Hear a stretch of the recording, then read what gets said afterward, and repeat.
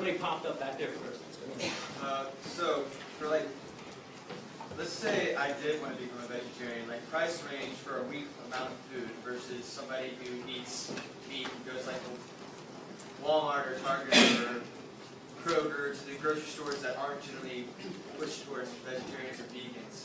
What would be the difference in price? It's going to be cheaper.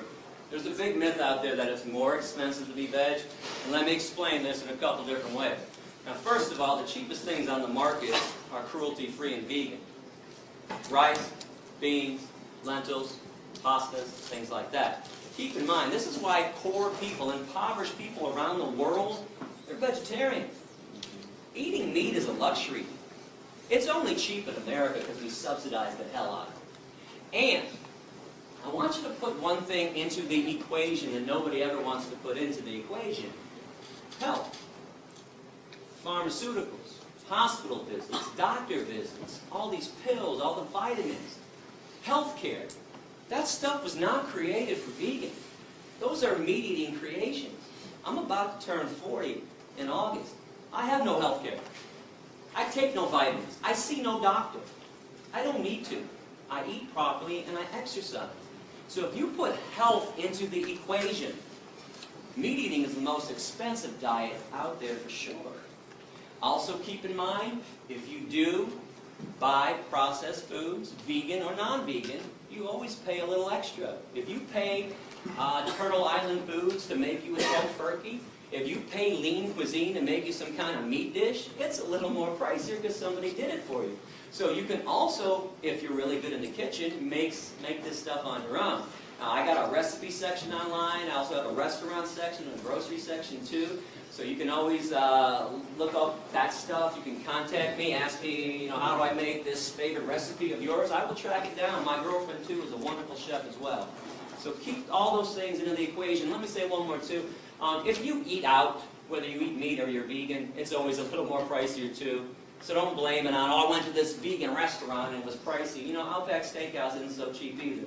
And Longhorn Steakhouse and all these other places too. And if you eat out at restaurants, places like Subway, their veggie sub, when they're not doing their $5 special, the veggie sub is always the cheapest thing on their menu on Italian bread and it's vegan.